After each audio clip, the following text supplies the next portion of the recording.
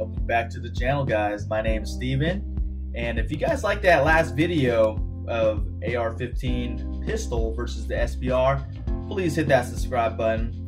Without further ado, let's just dive into today's topic slash tutorial. We're going to be applying silicon carbide on this lovely Glock 17 on the pistol grip.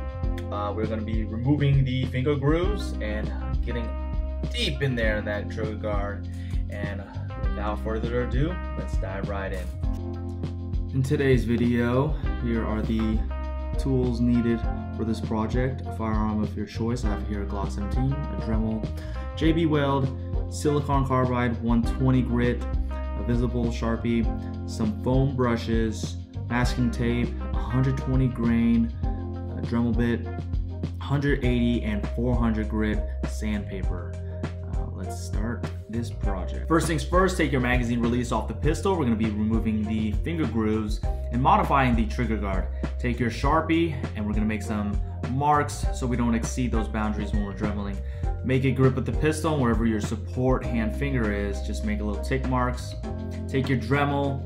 Don't go too fast, keep it at a low speed and just take your time dremeling. We don't want to go too fast because you do not want to melt the polymer. Take your 180 grain sandpaper and sand it down to your likings, and then move up to 400 to smooth it out. Should look something like this. Not too high, not too low.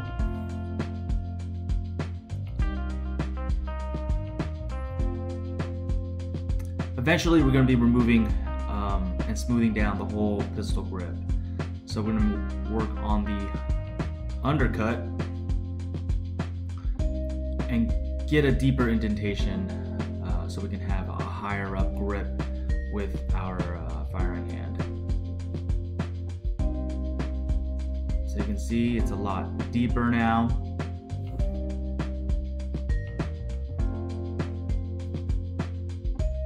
Next, I'm outlining where I want to mask off the areas that I don't want the epoxy on. Take your time taping and just take your time. I can't emphasize it enough because the first round there's some corners that I did not like. But next up, we're going to take the finger grooves off, and then at the end it should look something like this, just a smooth pistol grip so we can apply our two-part epoxy mixture. Mix an even amount of the black and white epoxy, I don't know what to call it, but should just be a thick consistency with the JB Weld. Mix it really well. It should be like a dark gray. Take your foam brush and apply a even thin amount of the epoxy all over the pistol grip. Now my camera died, so I switched to a webcam. Take your silicon carbide and get a little spoon and just sprinkle it all over the pistol grip. You don't have to worry about too much because the excess will fall right off. As you can tell, it's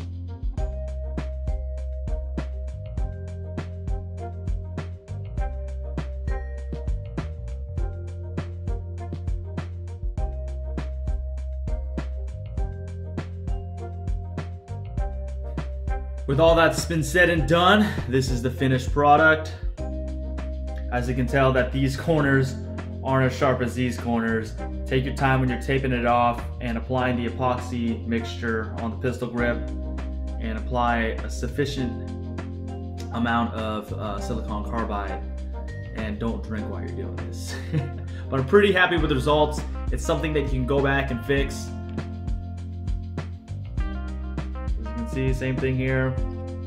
Easy fix, but other than that, I'm pretty satisfied with the final outcome. The high undercut, just a great feature. But other than that, how I could compare this texture chew is like grabbing brown sugar. It's not hard on the hand, but it's a really solid grip on the pistol. It's not cutting up my hands. I think if I were to go to 80 grit silicon carbide, it would definitely cut up my hands, but this is a definitely a good modification to the Glock. I know there's a lot of stippling out there, but this is another method to apply grip. I do want to make deep borders on here maybe, but I'm still unsure about it.